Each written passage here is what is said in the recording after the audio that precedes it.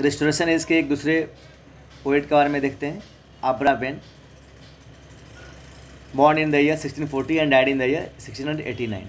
Aphra Behn is considered to be the first professional woman writer of England.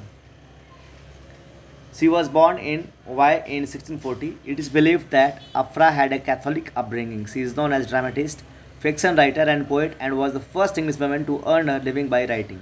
Aphra Behn died on 16th April 1689 in London. Literary career and works के बारे में देखते हैं. Aphra wrote a short novel, Orinoco.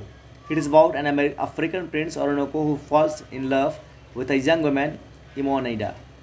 When their love is discovered, Imonida is sold into slavery to Suriname.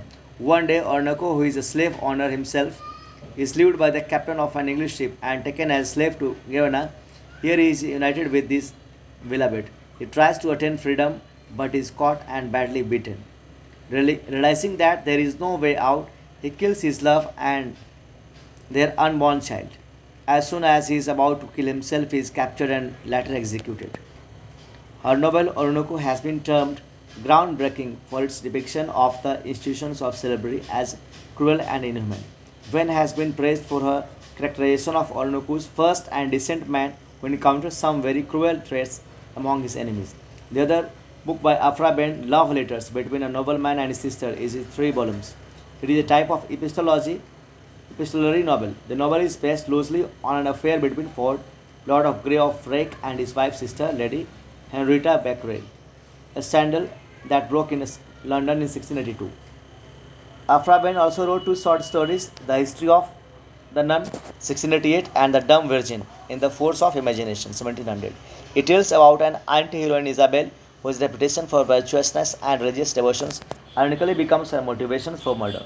This short fiction shows cases a complicated social psychology and a surprising dark amusing plot. Another novella, The Dumb Virgin, tells the story of sisters and brother whose defects both in body and fate are engendered by their mother's failure to conform to the correct paradigm of maternal behavior.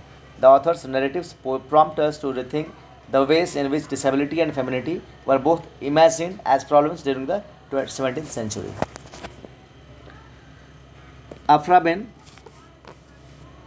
works unfortunately did not get credit during her lifetime for her novels. Critics at the time 20th century regarded Aphra Behn as too romantic, but now what was seen as a fault in Aphra Behn can be understood as seasoned professionals, creative working of fact, fiction, memory, imagination and politics.